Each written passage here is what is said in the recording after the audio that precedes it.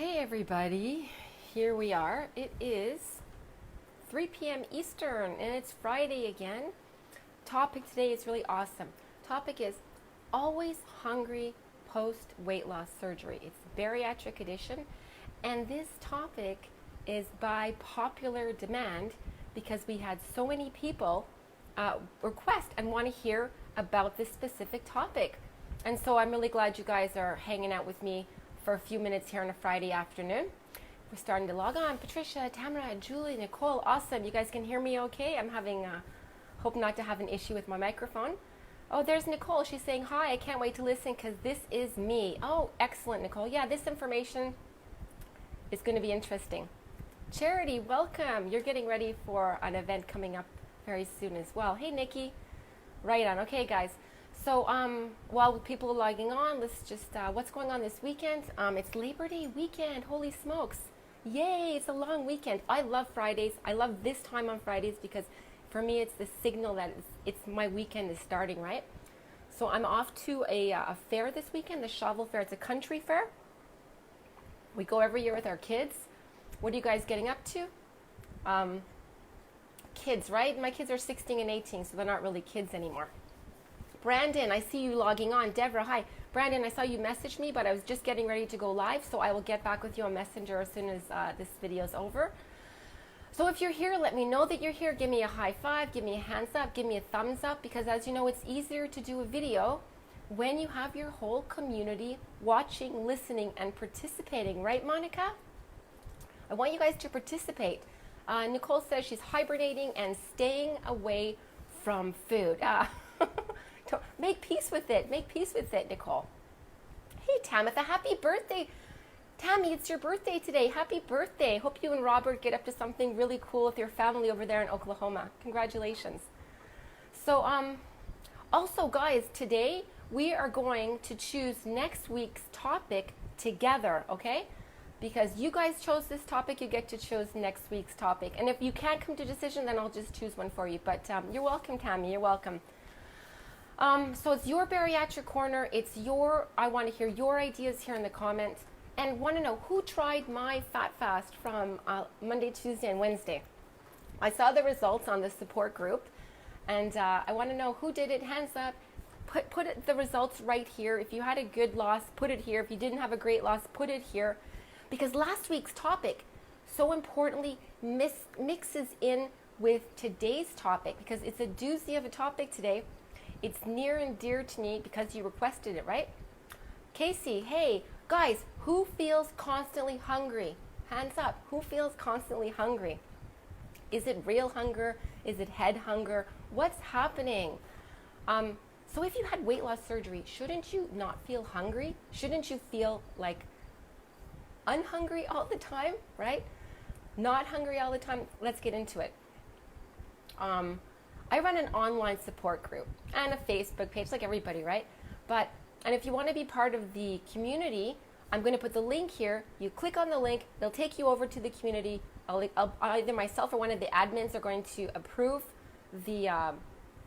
your request. And because this question I posted in the group last week, I think it was, Nicole, Nicole's always hungry. She just started her pre-op diet. I hope it balances out for you within first few days, Nicole.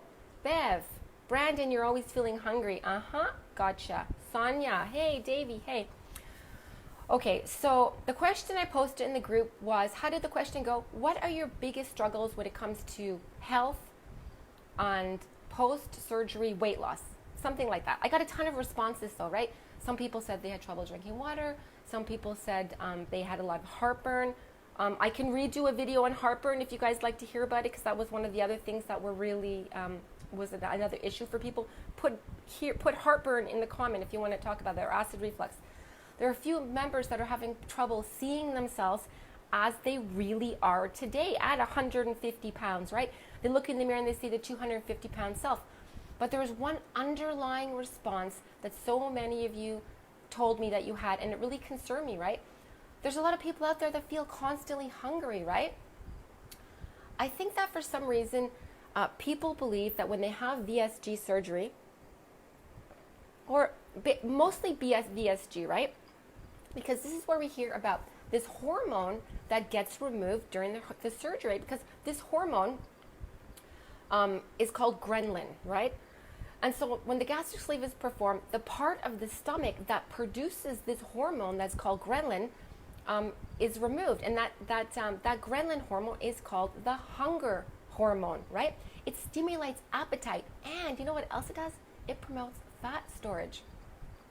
So Gremlin is just one of the many factors that influence hunger and fat storage. You know, hi Ruth Verbunen. Hey Angeli. Guys, obesity is a disease, right? Noreen, welcome. And there's many, it's a hormonal disease, and there's many hormones involved. And one of the main hormones is insulin. Insulin takes center stage. So if we really understand insulin, then it's going to make so much more sense to us. So this is my favorite topic. Am I ever a geek, huh? I just believe, because if we have a true understanding of insulin, it's going to answer so many questions we have about metabolic issues, like type 2 diabetes, and about diseases like obesity, right? So I'm not going to dive into a course in anatomy and physiology and in this video, right? Because I want you to watch the video from the start to the finish, right? I want to make it simple, and I want to make it enjoyable, and I just want you guys to watch it. So, insulin. You guys, who has a good understanding of insulin out there? Because this has got to do with why we feel hungry. Hands up, insulin, or thumbs up, insulin. A huge slice of the population has issues with this hormone, insulin, right? So you may be in that great big slice of people. I mean, if you're thinking to yourself, a few, like that's not me. I'm not the one who has problems with insulin. You might be really surprised, right? Because 120 million people today, that's 50% of Americans, adult Americans, have type 2 diabetes or pre-diabetes, right? But that's hardly everybody who has issues with insulin resistance, right? So my goal as a holistic nutritionist that specializes in bariatric nutrition is going to help people lower their insulin levels. Super important. Now, I know that most of my clients have troubles with insulin. I know this, right? Even if they haven't been diagnosed with pre-diabetes or type 2 diabetes, the problem with insulin resistance, it can go on years and even decades before the diagnosis of even pre-diabetes has been given, right?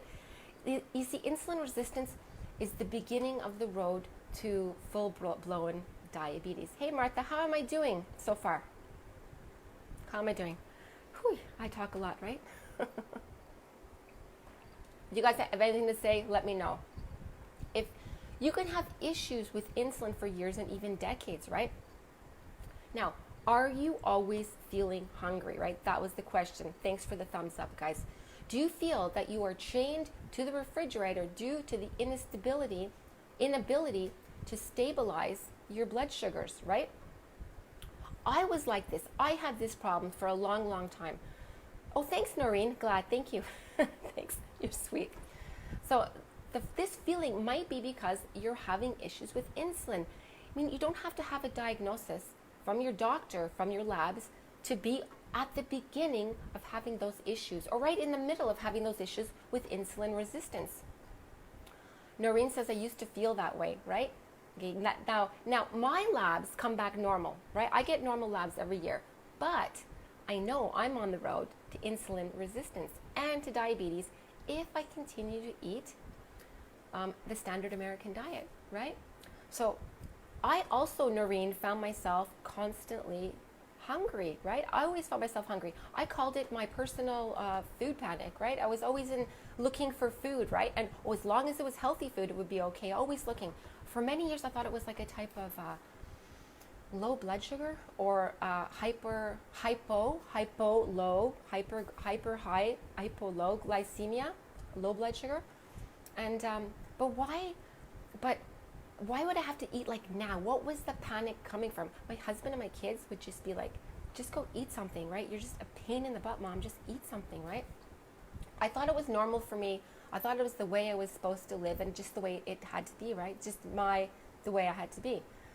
So when I went back to school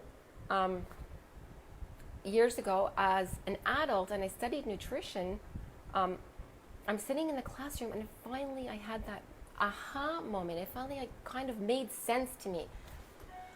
And I thought that I was eating this super fantastic, fantabulous, wonderful diet, right? I ate the whole grains and I ate the quinoa.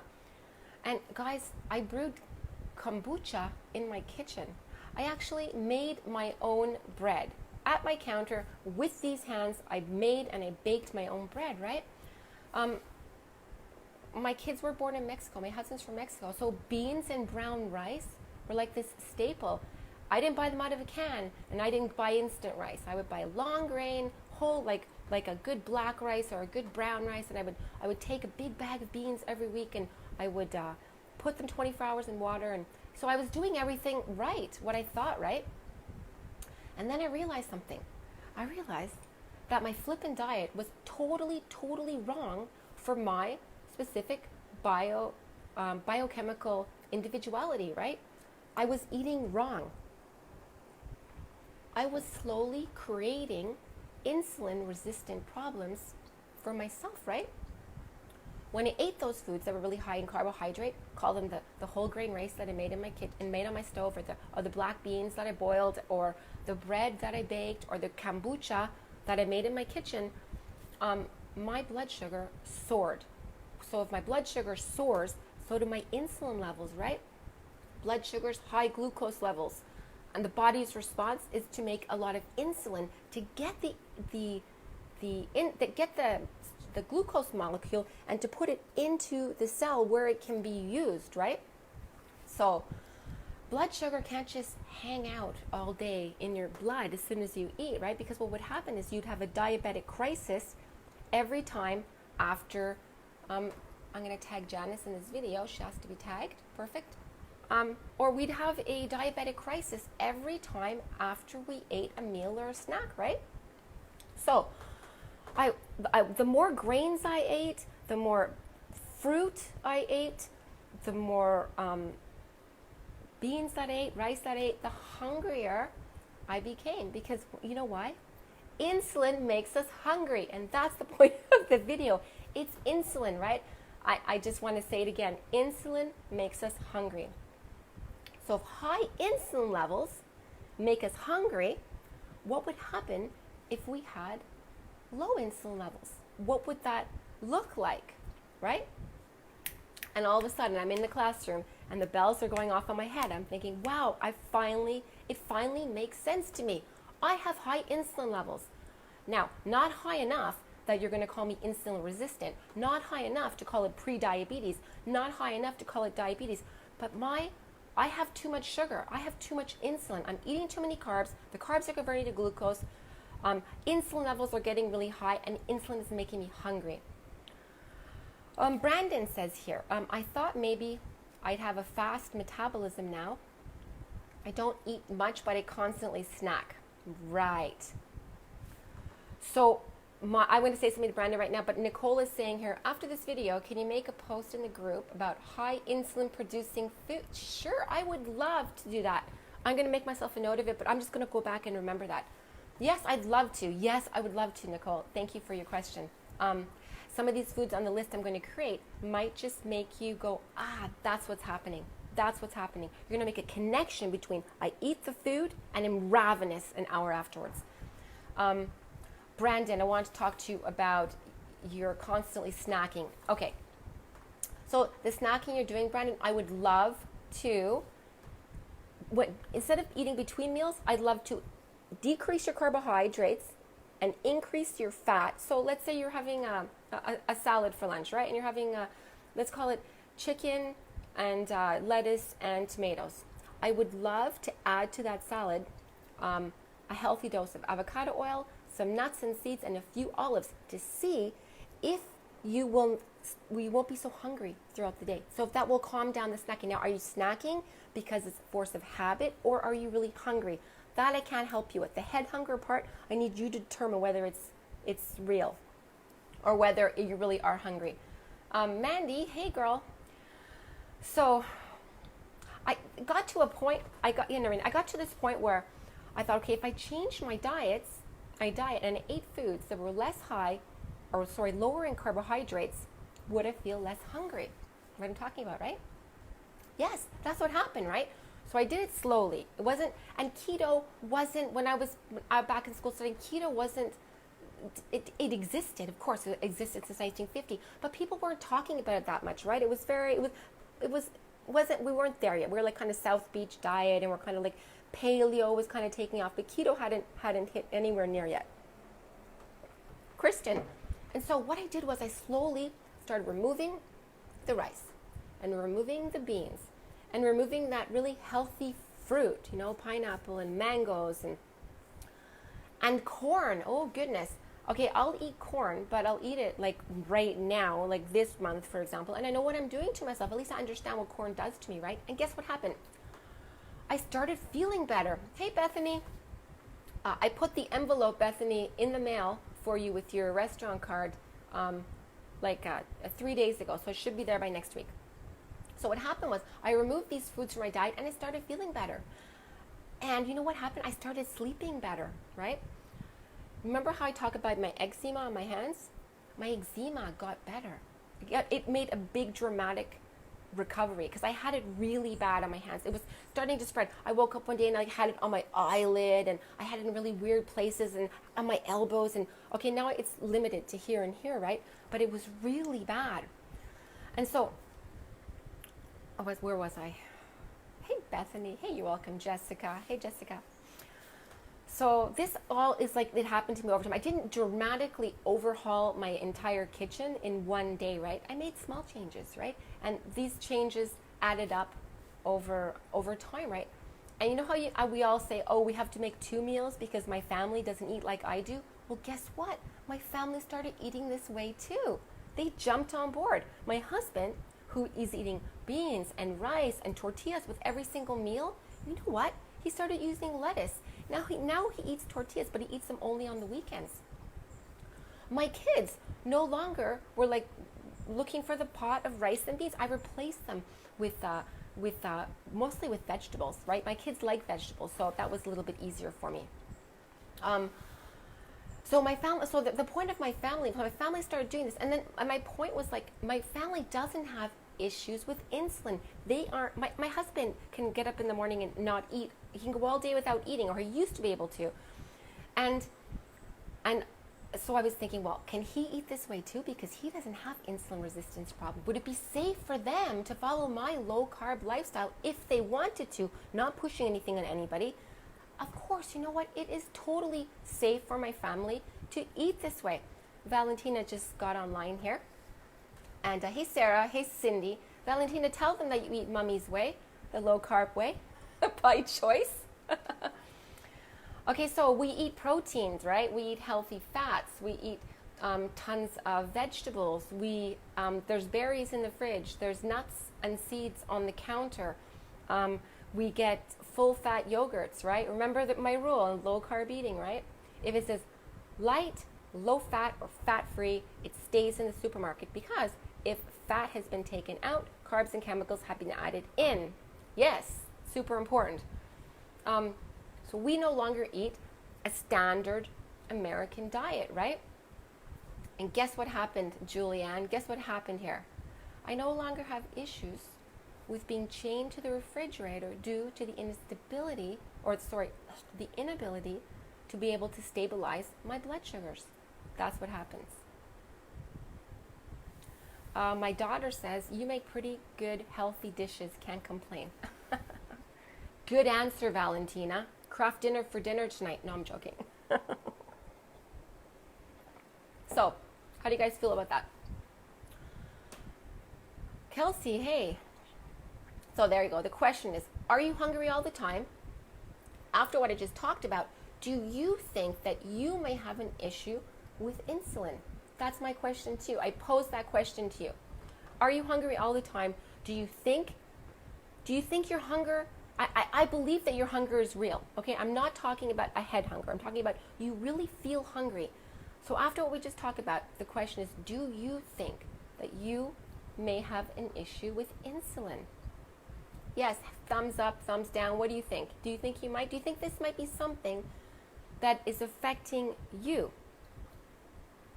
Brandon says Pizza Friday. Yeah, and it won't be craft dinner. You're right, Brandon. You watch my videos. You know I'm going to eat a pizza on Friday. You're absolutely right. And it's not going to be in a portobello mushroom, that's for sure.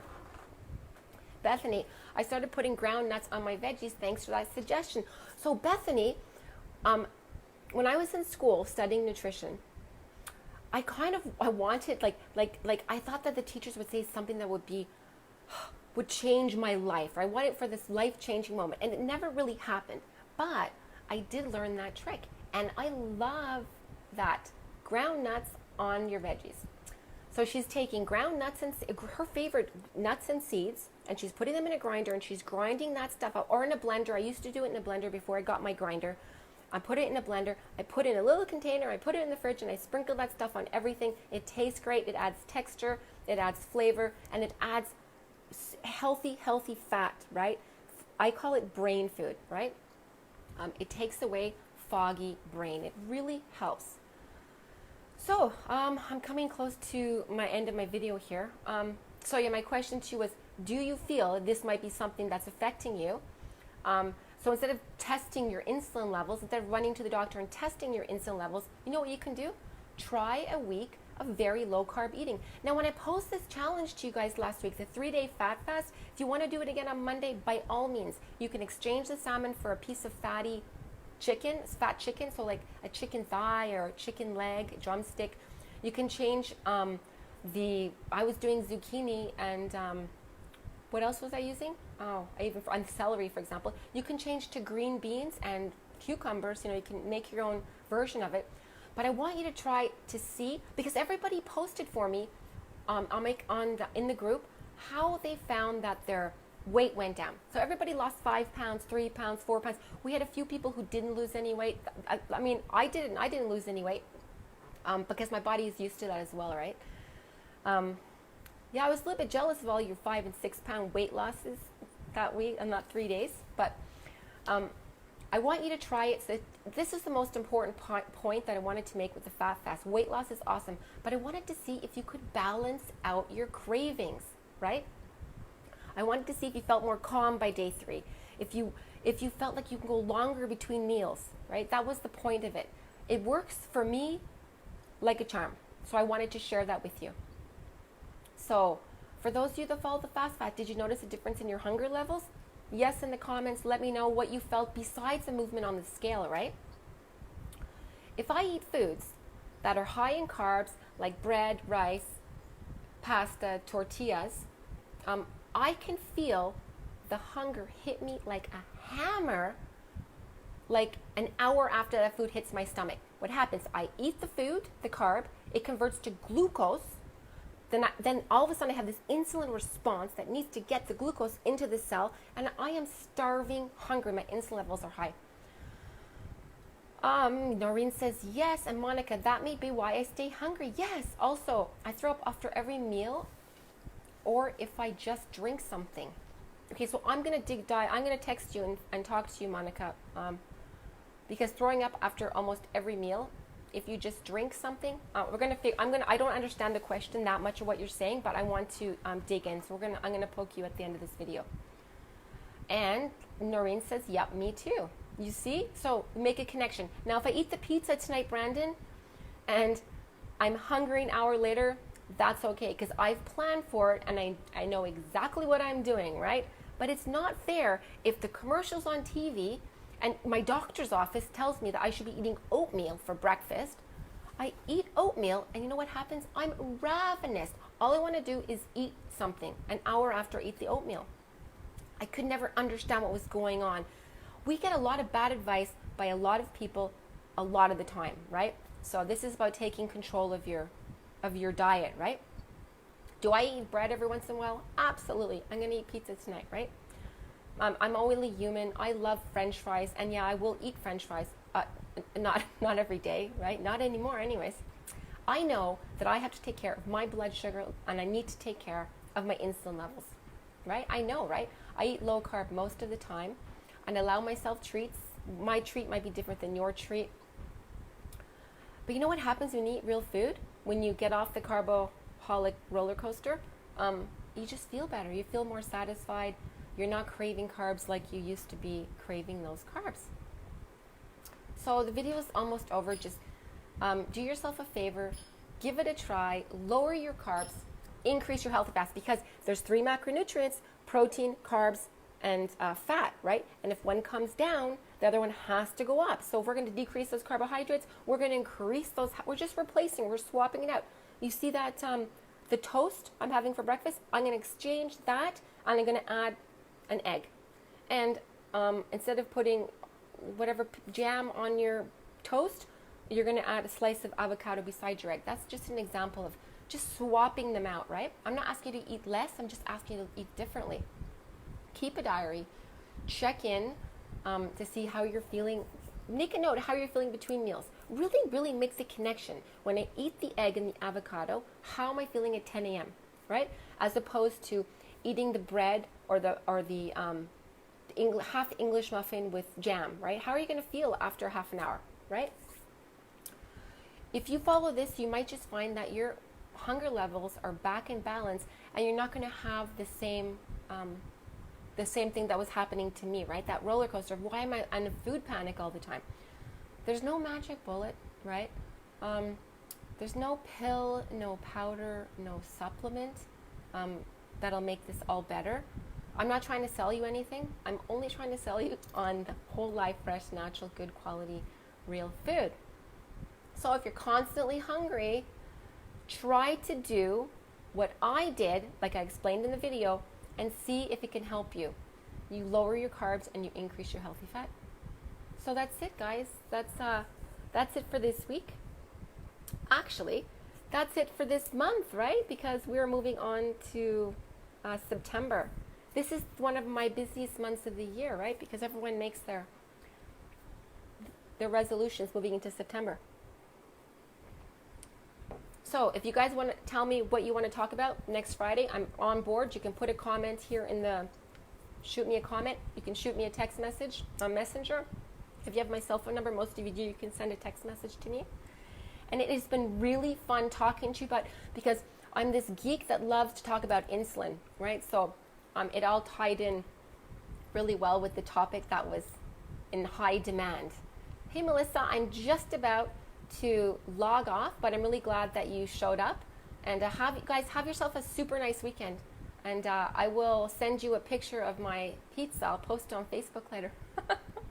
Bye for now, guys. See ya. Bye, Cynthia. I'm just about to log off. You're welcome, Noreen. I'll see you over in the group. Have yourself a great weekend. Bye.